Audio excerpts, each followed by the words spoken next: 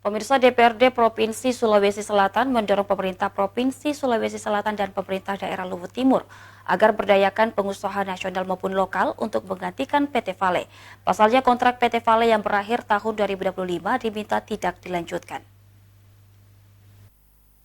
Rahman Pina, Ketua Komisi D DPRD Provinsi Sulawesi Selatan yang membidangi pembangunan mendorong agar pengusaha-pengusaha nasional maupun lokal dapat menggantikan PT Vale, perusahaan multi tambang yang beroperasi di Sorowako, Kabupaten Luwu Timur dalam 50 tahun terakhir.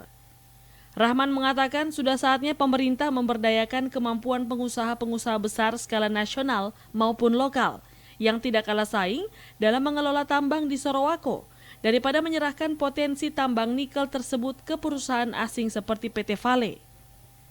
Pemerintah dapat belajar dari PT Freeport yang saat ini dianggap lebih besar daripada perusahaan tambang asing yang ada di Sulsel. Sebisa mungkin itu bisa diserahkan ke pengusaha nasional, ke pengusaha lokal, yang juga sekarang kita sudah punya begitu banyak pengusaha yang bukan hanya punya pengalaman dalam bidang pertambangan di industri pertambangan nasional, tapi juga sudah ke mancanegara.